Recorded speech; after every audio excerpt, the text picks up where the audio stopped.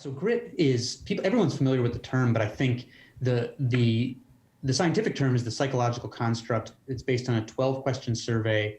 Half of them award points for what's called persistence of effort, and the other half for consistency of interests. Right? So on persistence of effort, Vincent would score really, really high. I had his biographer kind of take the test for him in the book.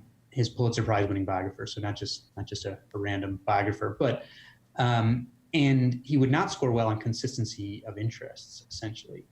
And so I decided to go back and look at the grit studies, and one of the most famous study is the one done at West Point on cadets getting through beast barracks, the rigorous orientation. And it turns out that grit's a better predictor of who will get through than our more traditional measures like test scores and physical tests.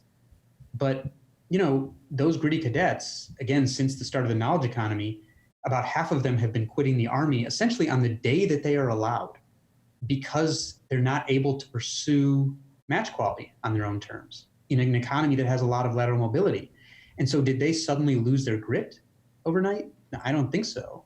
It's that when you get fit, it looks like grit, and they weren't being allowed to find fit. So we should think about grit as what psychologists call a state, not a trait. A trait is something that's inherent to a person across everything they do.